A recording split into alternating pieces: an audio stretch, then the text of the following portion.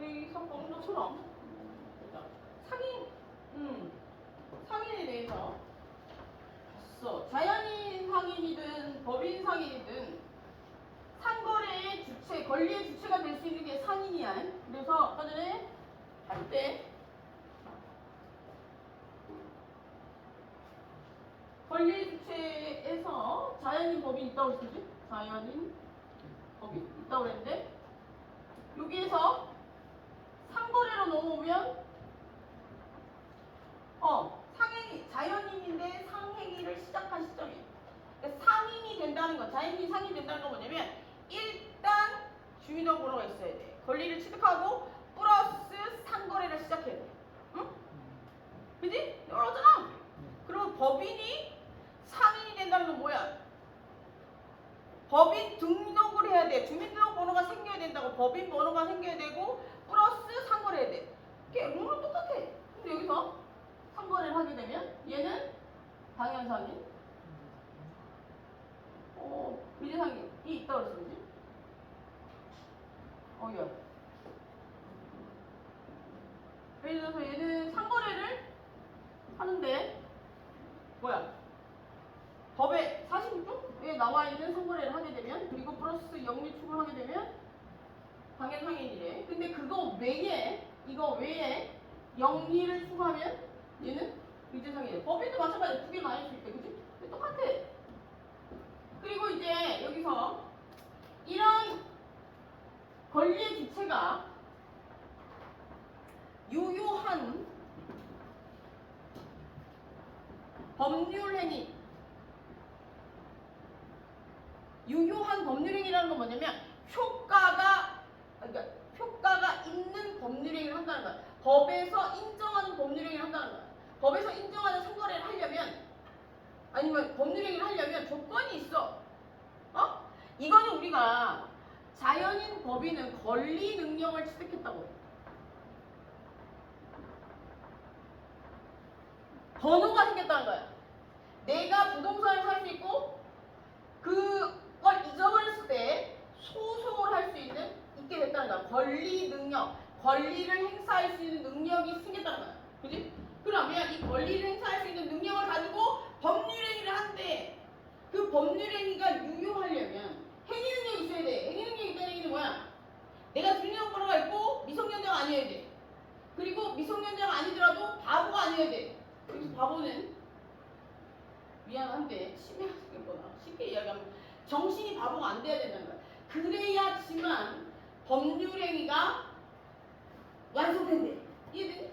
내가 예를 들어서 아까 전에 얘기했던 것처럼 엄마의 에르메스 가방 2천만 원짜리를 아들이 여자친구 200만 원짜리 구찌가 마련다고 팔아가지고 팔았어. 남자했어. 그거 어떻게 네 아들이 그러면 어떡할래?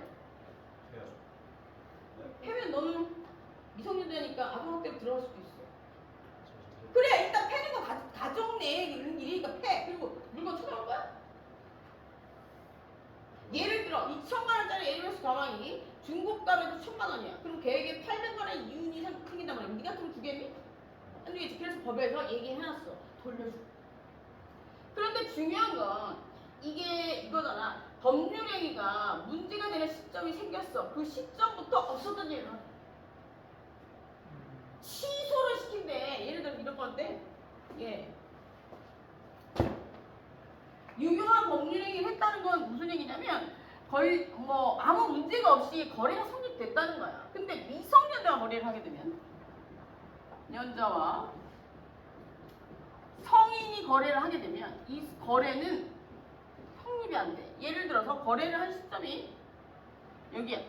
근데 얘가 미성년자인 걸 알게 된 시점은 여기야. 그러면 얘는 여기서부터 없었던 일이 되는 거야. 여긴 그냥 있고. 이게 어떤 의미냐면 이게 이렇게 돌아와서 없었던 일이 되면 2천만 원을 예를 들어 200만 원을 다 돌려줘야 돼. 그지? 처음부터 없었던 일이 되는 거니까 네 건 네 거고 내 건 내 거야. 그지? 각자 거 에르메스 가방 200 찾아가면 되는 거야. 그런데 여기 문제가 발생된 시점부터 없었던 일이 되면 현존하는 이익 내에서 반환하래. 물론 여기 문제가 될 시점부터 없었던 일을 하게 되면 다른 거 같은 경우에는 그 결혼 생활 같은 경우에 결혼도 계약이잖아. 일종의 계약이잖아. 법률상의 계약이야. 권리 의무관계가 생기잖아. 권리 의무관계가 생기면 계약이지. 혼인도 계약이에요. 사랑을 빙자한 계약. 사랑만 존재하는 게 혼인이면 어떻게 될까? 엄마 아빠 싸울까 안 싸울까? 우리 엄마 아빠가 나한테 싸웠어. 난리 났어. 내가 버스 안에서 저 수천이가 버스 타고 오면서 사투리로 막 겁나 떠들었더니 버스 안에 있는 사람 싹 다 쳐. 내가 흥분하면 사투리 쓰고 열받으면 사투리 쓰고 아줌마들 다 쳐서 우리를 죽인 줄 알았어. 너 찍지 않았겠지? 그래서 그 얘기를 왜 하는 거야? 이게 뭐다? 이렇게 하면 이게 지금 여기서부터 그만두게 되면 현존 예를 들어 이혼을 했을 경우에는 그 위자료를 청구할 수가 있잖아. 근데 여기서 그런 개념이 아니고 미성년자는 아예 법으로 그냥 무효해 준대. 그래서 어떻게 되나 현존하는 이익 내에서만 돌려주면 돼. 그러면 100만 원 예를 들어서 만약에 구찌 가방을 샀어. 그럼 구찌 가방을 돌려준대. 현물로 받아도 현금으로 받아도 똑같은 거고. 예를 들어서 유흥비로 그 부동산이 동산이 존재하지 않던데 예를 들어 다 먹고 썼대. 먹고 쓴 거는 놀고 먹고 쓴 거는 현존하는 이익이 아니잖아. 물건은 현존하는 이익이잖아. 그지? 아 차이점 이제 알았냐? 넌 무슨 학문의 깊은 깨달음을 얻는 애 같다. 나는 그렇게 학문의 깊은 깨달음을 줄 수 있는 사람은 아니야 얘들아. 합리적인 공부학원가 될 수 있지 학문을 한 사람이 아니야. 봐봐요. 이게 봐봐. 내가 처음부터 없었던 일이 되면 내가 받은 거 돌려주면 되는 거야. 근데 지금부터 없었던 일이 되면 지금 가지고 있는 범위 내에서 돌려주고 내가 만약에 억울하다고 생각하면 위자료를 청구하는 게 기본 룰이야. 그래서 엄마 아빠가 이혼할 때 가지고 있는 걸 반대하고 위자료 청구하는 거야. 근데 이거는 이제 성인 간의 거래에서 그렇게 되는 거고 미성년자와 성인 간의 거래에서는 그냥 돌려주고 끝나래. 법에 사지 말랬는데 너 왜 했냐 이거야. 이해됐어? 그런데 예외가 있대. 예외는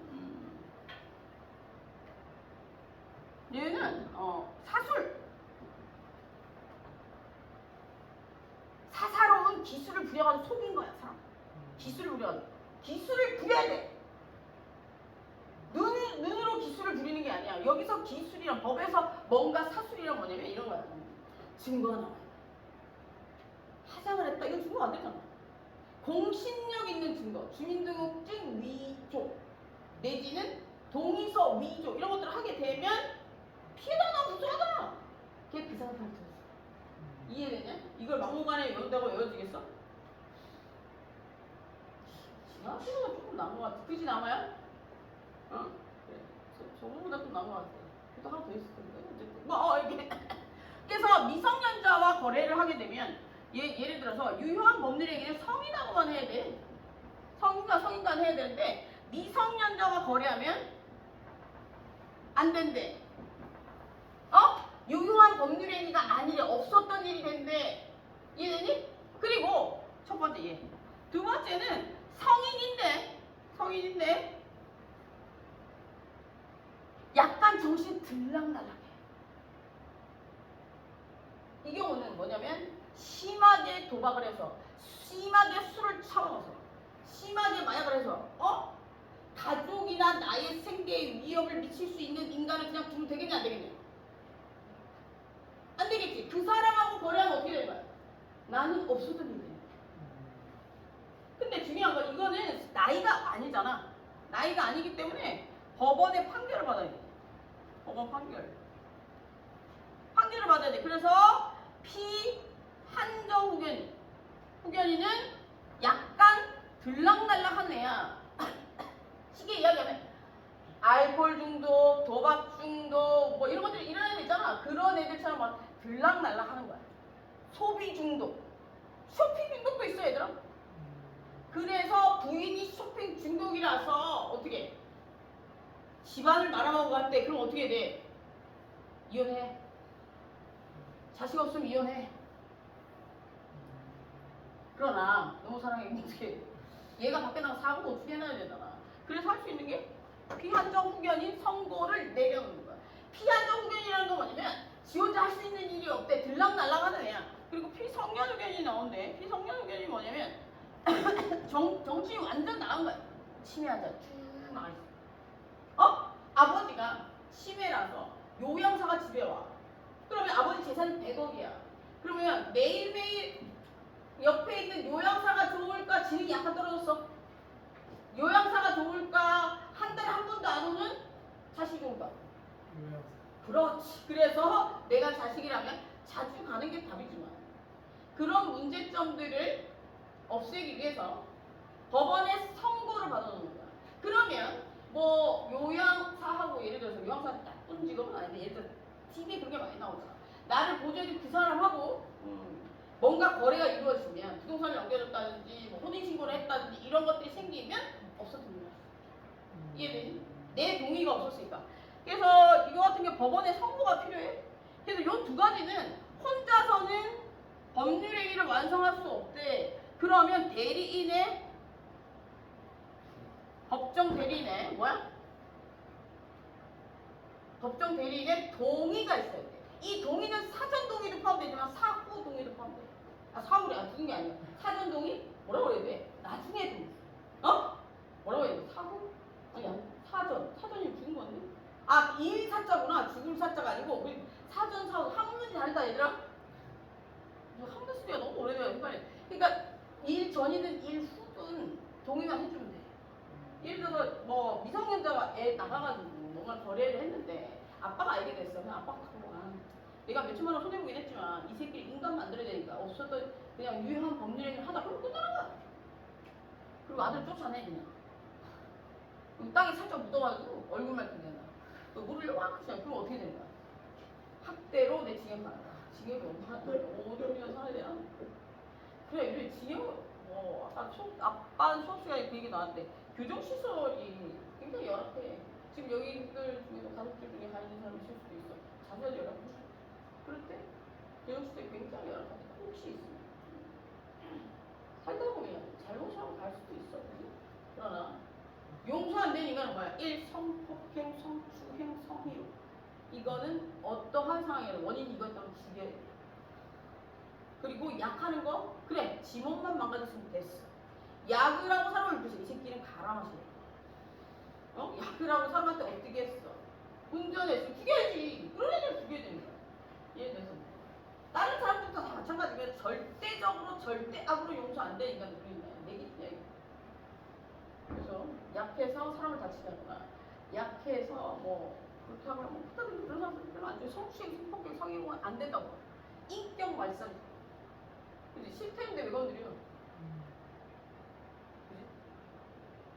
그런 경우 남학생들 조심해야 돼. 저번에 매달 한 명씩 전화 와.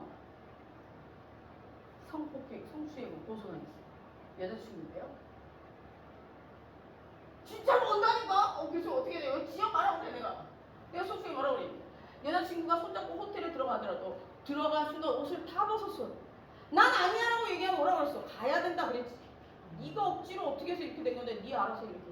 다른 건 다 도와주고 그거 못 도와준다 전화하지 마라. 근데 아니 억울해. 진짜 다 동의를 했어. 그랬을 경우 어떻게 돼?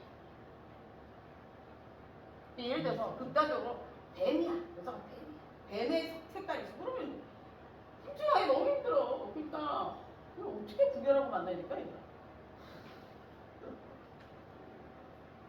진짜 걱정이다. 어떻게 나는 모르겠어. 야 인성을 잘 보고 무슨 알겠지? 그리고 부모님을 한번 봐. 부모님은 자식의 거울이야. 나 우리 아빠랑 똑같아. 우리 아버지랑 반반씩 딱 봤어. 우리 아버지가 약간 양아치 근성이 있고 약간 이기적인 얘기. 내가 약간 양아치 근성이 있고 이기적이야. 솔직히 이런 얘기 하지 말라고 그래. 우리 엄마가 되게 착하고 결단력이 강한 거야. 반반씩 닮았어. 난 이기적이고 우리 엄마도 마음도 착하고 근데 조금씩 닮았어. 결론적으로 이기적이 제일 이중인격이지. 사이코패스는 아니야.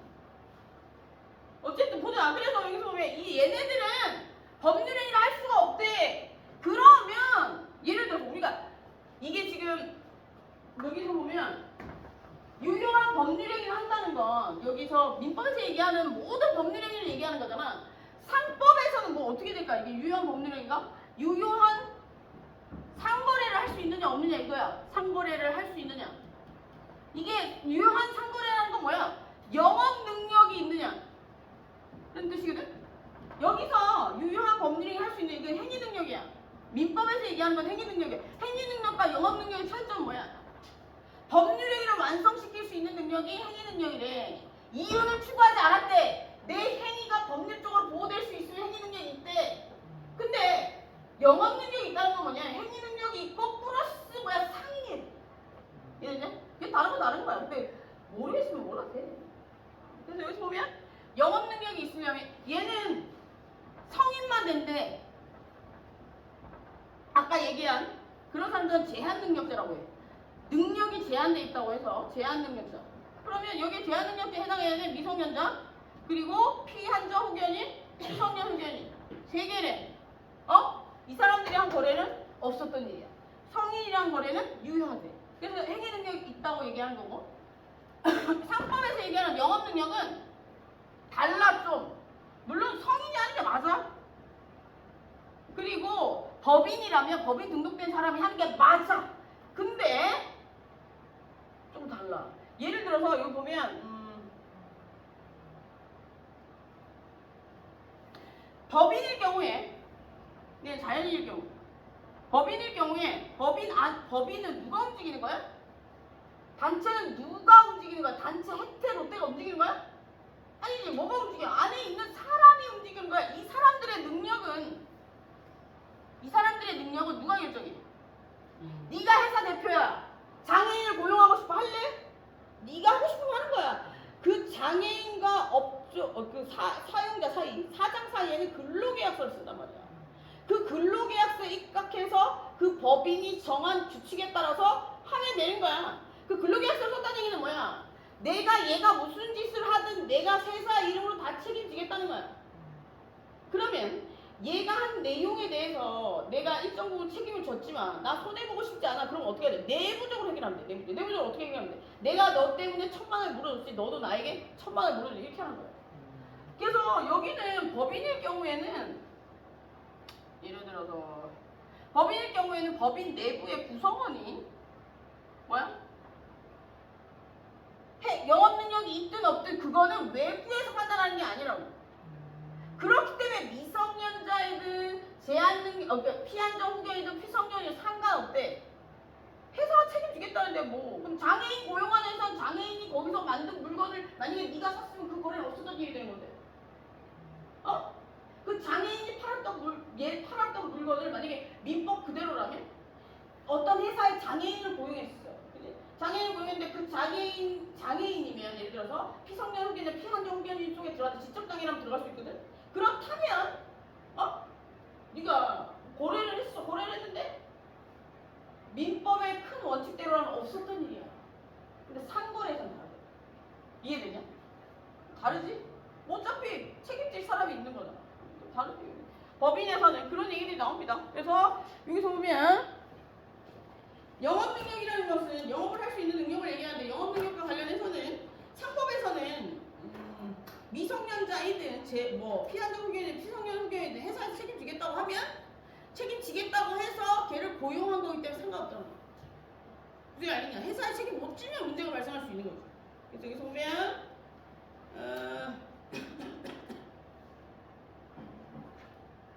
영업 능력 미성년자 피한정 후견 피성년 후견 이렇게 나오는데 자연인은 민법에서 행위 능력을 제한할 수 있으며 민법상 제한 능력자는 미성년자, 피한정 후견인, 피성년 후견인은 그 상위로부터 영업 능력이 제한된다. 영업 능력도 제한된다. 다만 상법의 상위 특수성을 고려해서 몇 가지 원칙을 두고 있다라고 돼 있어. 그래서 원칙적으로는 안 되는데 예를 들어서 그 내부 규정에 얘를 만약에 고용하는 걸 허용한다면 그들이 알아서 한다면 할 수 있다는 거야. 그래서 여기 보면 미성년자의 법률행위에 한해서는 법정 대리인의 동의를 얻어야 되는데 이에 대해서 이를 위반할 경우에 취소할 수 있다. 그러나 미성년자가 법정 대리인으로부터 허락을 얻은 특정한 영업에 대해서는 성년자와 동일한 행위 능력이 있다. 이게 무슨 얘기냐면 봐봐. 민법에서는 처분을 허락한 재산은 미성년자가 알아서 할 수 있다고 그래. 용돈을 생각해봐. 용돈 엄마가 줬어? 그 용돈을 가지고 문방구에 가서 구슬을 샀어? 껌을 사 먹었어. 그러면 이게 만약에 유효한 법률행위가 안 된다면 어떻게 되냐? 저녁 때 퇴근하고 엄마 아빠 오면 전부 다 물어가야 돼. 환불하러 가. 그런데 이건 네가 알아서 써라고 줬잖아. 그 범위 내에서는 지가 알아서 할 수 있다는 거야. 그리고 여기서 보면 상인 같은 경우에도 여기서 보면 상인이 예를 들어서 네 아들이 15살인데 뭐 한대. 이게 어떻게 할래? 지 혼자 할 수 있는 법률행위 있어? 없지. 그럼 어떻게 해야 돼? 처분을 허락한 재산을 된다며 네가 허락해준대. 이해되냐? 미성년자가 회사하는 경우들도 많잖아. 그러니까 사업하는 경우들도 많잖아. 처음에 회사가 되게 되면 문제가 달라지는데 개인이 영업을 할 경우에는 미성년자. 잘 생각해봐. 18, 10대에 재벌이고 이런 애들은 처음에 미성년자일 때 혼자서 물건을 팔기 시작했다가 이게 대박 나니까 법인을 차려서 대박이 더 난 거야. 뭐 외국인 그런 애들 많던데? 자, 그래서 미성년자 같은 경우에 미성년자 법률행위를 하는 그 법정 대리인 동의를 얻어야 되고 이에 위반할 경우에 추수할 수 있다. 그러나 미성년자가 법정 대리인부터 허락을 얻은 특정한 영업에 대해서 허락을 얻은 재산, 민법에서는 재산이라고 얘기하고 여기서 뭐야? 상법에서는 상거래잖아. 상거래를 뭐라고 그러지? 영업이라고 그래. 영업에 대해서는 동일한 행위 능력이 있다고 해서 미성년자 있다라고 돼 있다. 그래서 미성년자 법정 대리인 허락을 얻은 영업을 할 때는 상업등기부에 등기해야 된다. 왜 등기해야 돼? 왜냐하면 상거래는 여러 사람이 보는 거잖아. 그렇기 때문에 그 사람을 직접 안 만나고 거래를 할 수도 있는 거고 이렇다 보니까 걔가 또 밖에 나와서 영업을 하다 보면 겉으로 봤을 때 성인인 것 같기도 하고 이럴 수도 있잖아. 그래서 여러 사람의 피해를 막기 위해서 등록해놔야 돼. 그래서 우리가 여기서 알 수 있는 사실은 뭐야? 니들은 회계과, 경영학과 이런 거잖아. 누군가와 상거래를 할 때 가장 먼저 확인해 봐야 되는 건 뭐야? 등기. 어? 그래, 등기 확인 안 해보면 뭐 문제가 생길 수도 있다는 얘기지. 그래서 여기에서 꼭 등기해야 된대.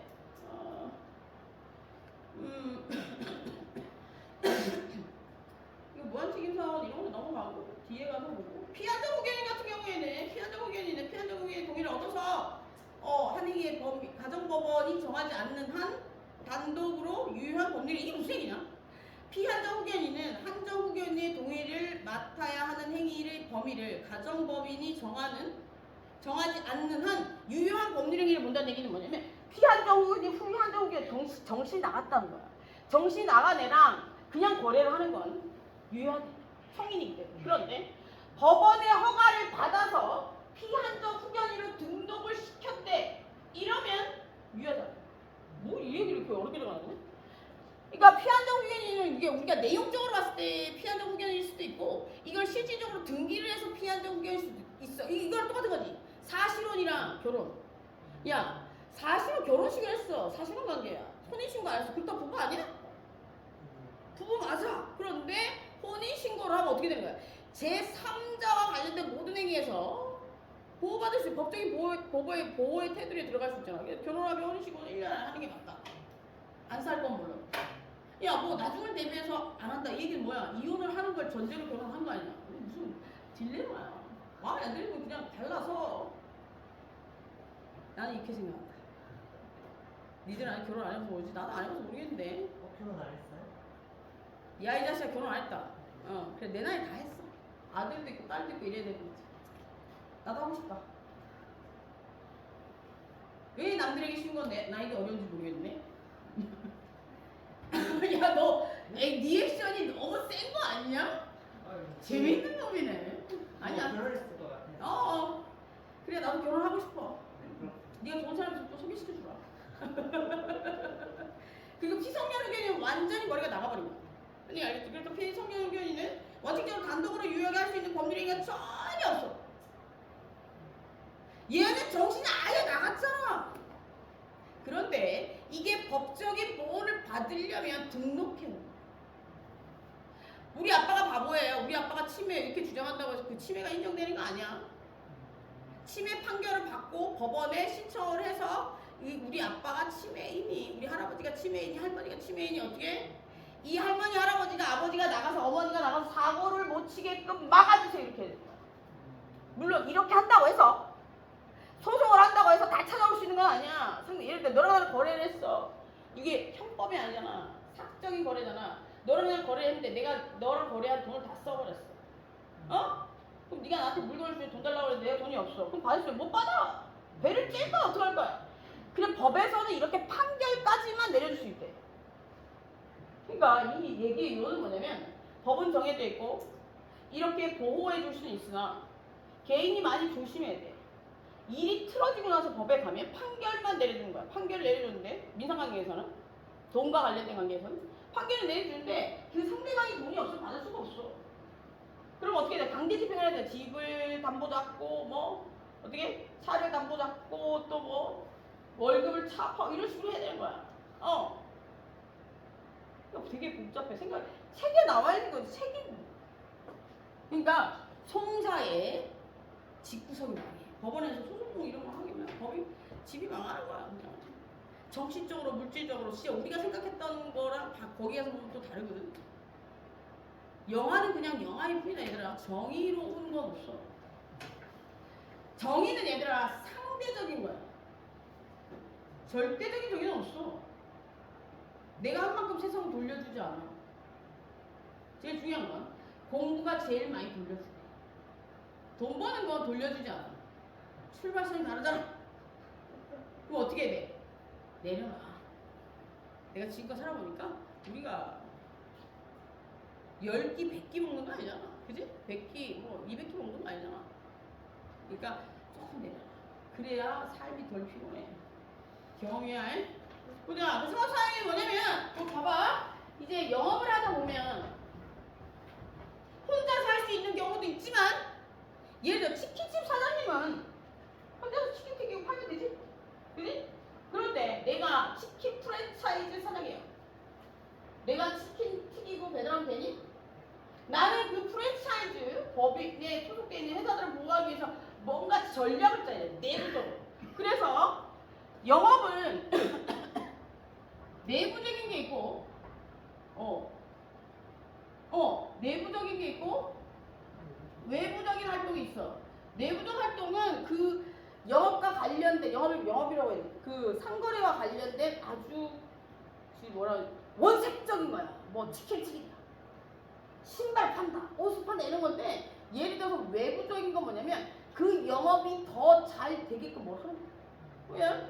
얘 내부적인 건 사장이 하겠지, 그지? 사장이 혼자 다 할 수 없잖아. 법인이 커지면. 그럼 어떻게 해야 돼? 밖에 나가서 내 대신 내 역할을 해줄 사람이 필요해. 그래서 사업사행위는 외부적인 영업을 하는 사람을 사업사행위라고 해.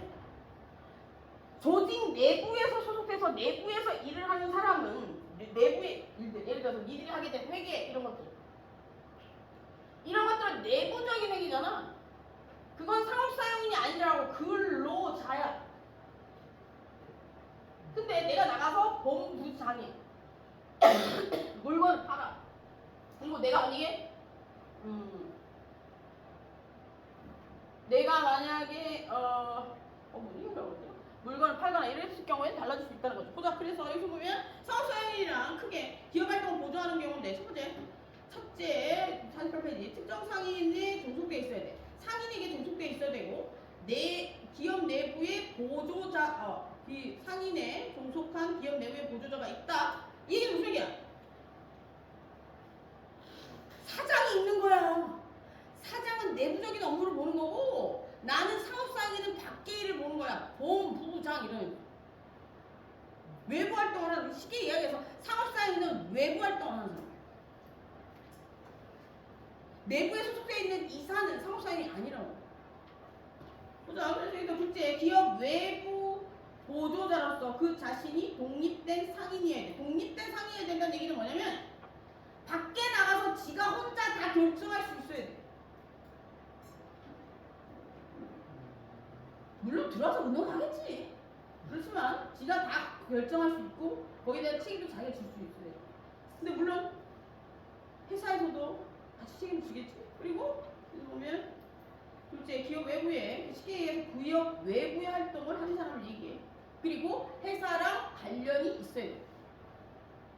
그래서 이것의 종류에는 사업사행위 첫 번째 밑에 의의에서 첫 번째 특정 상인에 종속돼 사장님한테 종속돼 있는 혜택 회사, 롯데 회사의 회장님, 삼성 회사의 회장님, 본부에게 소속돼 있는데 외부적인 활동을 하는 본부장, 영업을 한다 밖에 나가서 이런 사람들 얘기한 거야. 그래서 특정 상인에게 종속돼 있어야 되고 대리권을 가지고 외부적 영업을 한다잖아. 그지? 그리고 요 두 개가 충족되면 되고 이 두 개를 충족하는 사람은 세 가지 크게 총액 세 가지 종류가 있는데 첫 번째 지배인. 지배인 같은 경우에는 지배인이란 영업을 가름해서 그 영업소의 재판권이나 재판 이외의 모든 행위를 할 수 있는 사람 얘기하고 예를 들어서 영업부장, 지점장 이런 사람들을 지배인이라고 해. 밖에 지점장은 뭐 하는 사람이야?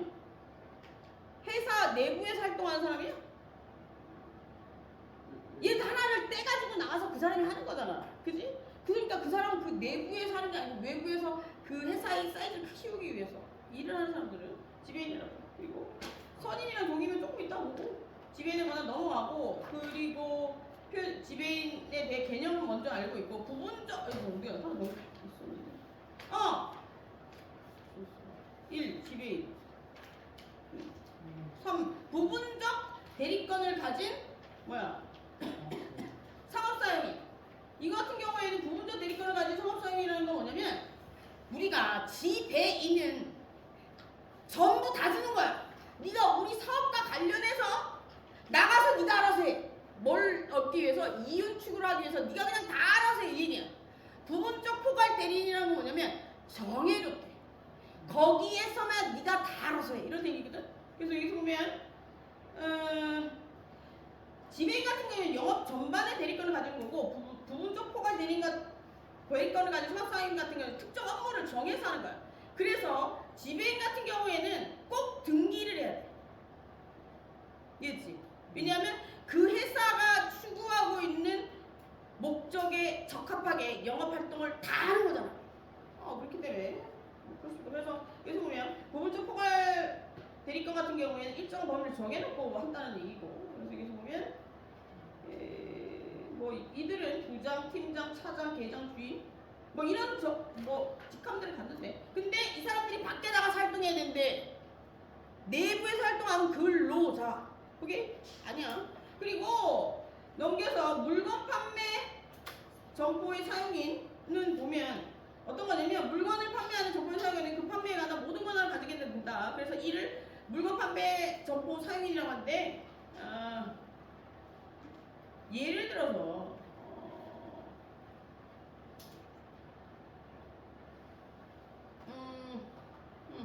90만원 이거 우리가 백화점 같은 데 가보면 점포에 그 물건 파는 사람이지. 근데 그 물건에 하자가 생기면 어떻게 해? 환불을 누구한테 요청해? 걔한테 하잖아. 그러니까 그 판매와 관련해서는 걔가 다 책임지는 거야. 그걸 이제 일정하게 이것도 그 상업사용인 상인의 보조적인 업무를 부담한다고 해서 상업사용이라고 하는 거야. 그리고 그들 사이에서 내가 물어줬으니 물어달라고 얘기하는 거 둘 사이의 이야기고. 그래서 여기서 보면 물건을 판매하는 사용인은 그 판매에 대한 모든 권한을 가진 것을 본다. 그래서 이를 물건 판매 사용이라고. 이런 상인은 실제로 물건 판매되는 대리권이 없더라도 제3자가 봤을 때 그 매장에서 물건을 팔고 있으면 걔가 파는 거면 문제가 생기면 걔한테 가서 환불해. 또 우리는 가능할 거라고 생각하고 가잖아. 그지? 당연한 거 아니야. 사장이 누구야? 사장한테 물건 살래 이렇게 얘기하니? 아니라니까. 쉬운 얘기로 상인이 있고 상인 혼자 일을 못하니까 대리 그 일을 같이 해주기 위해서 있는 게 상업사용인이야. 상업사용인데 상업사용인은 예를 들어서 내부에서 하는 게 아니고 외부에 나가서 뭔가를 활동하는 사람 얘기해. 그래서 그게 가장 큰 핵심이고. 보자. 그런 얘기들이 나오고.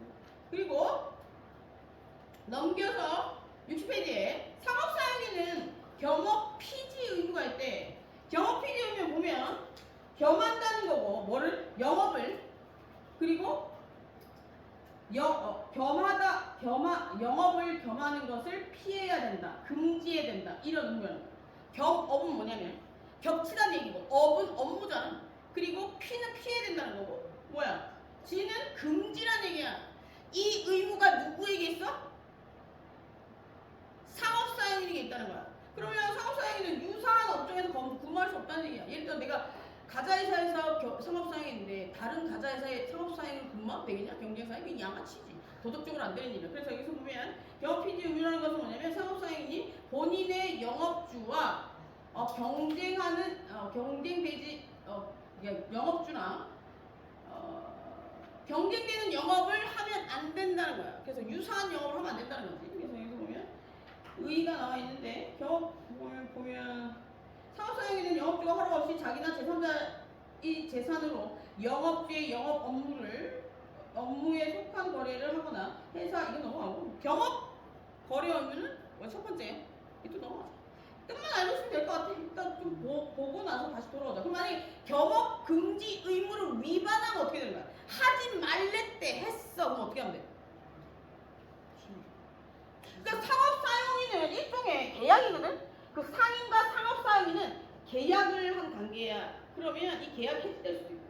그럼 그로 인해서 만약에 손해가 발생하면 손해배상 청구할 수도 있고. 이해됐지? 뭐 어렵지 않죠? 근데 이거 책을 다 보고 있으면 머리가 잠들어야 돼. 알았지? 그리고 집에 가서는 어려우면 영상을 보든지 챗GPT 물어봐. 챗GPT 너무 똑똑하다.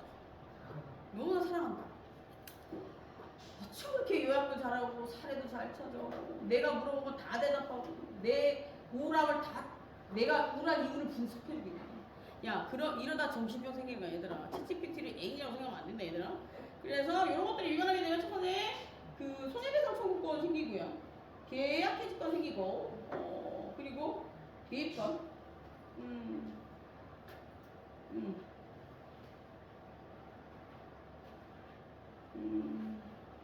개입권이라는 건 지금 보면 상법은 계약 해지권 손해배상권에 더불어 영업주에게 개입권을 인정함으로써 상업사용인이 경업 거래를 통해서 얻은 경제적 이익을 손해액의 증명 없이 영업주에게 기속시킬 수. 예를 들어서 내가 경험을 해가지고 뭔가 상업사용이 밖에다 돈을 얻었대.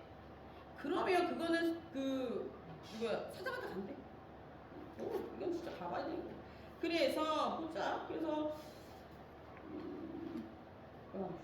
보여야 되는데. 그 기업의 물적 설비는 어떤 것들을 얘기할까? 물적.